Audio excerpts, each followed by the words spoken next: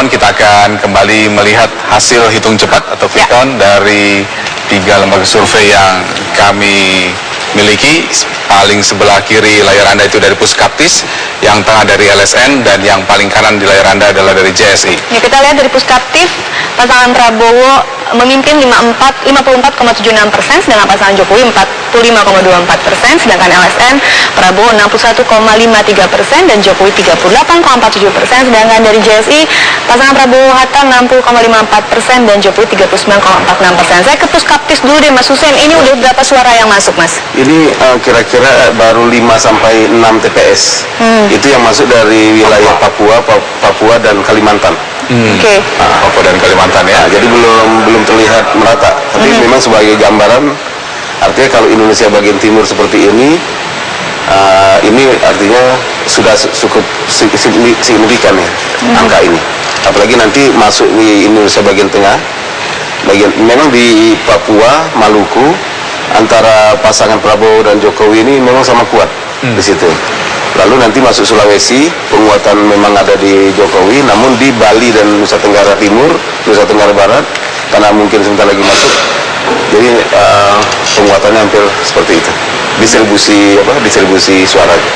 Ya, dari LSN Mas Umar 61,53%, ini sudah berapa Data persen masuk suara? yang kami terima baru 0,7%. Jadi masih sangat minimal sekali untuk membuat konklusi apapun ya.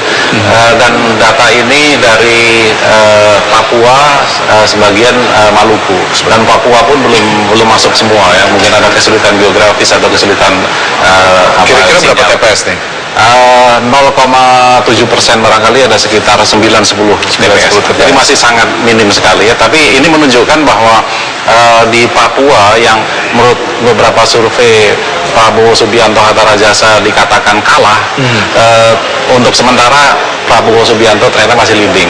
Dan ini secara struktur partai cukup korelatif ya, karena di Papua itu pemenangnya Partai Demokrat, kemudian diikuti Partai Gerindra. Jadi secara partai Papua itu dikuasai dengan optimal berarti ya. Partai di Papua itu dikuasai oleh capres nomor 1.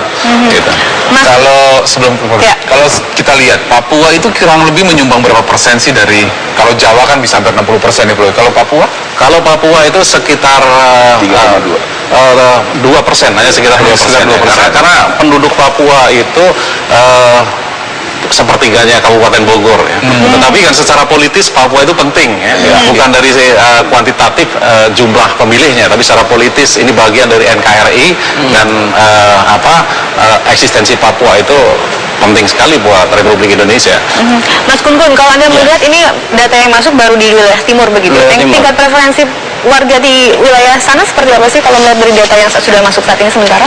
Iya, ini kan kalau kita lihat misalnya di beberapa survei teman-teman, di survei elektability, memang di wilayah timur Pak Prabowo lumayan ya.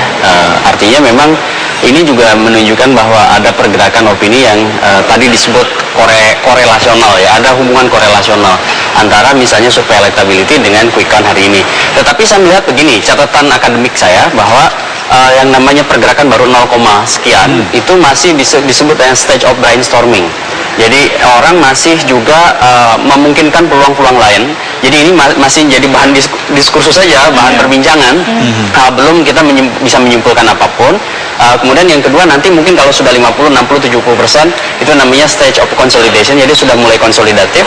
Tetapi di atas 70, 80, 90 karena sekarang persaingannya ketat, itu mungkin baru disebut yang solid stage ya. Bisa kita di angka 80 atau 90% nanti masuk, itu di solid stage.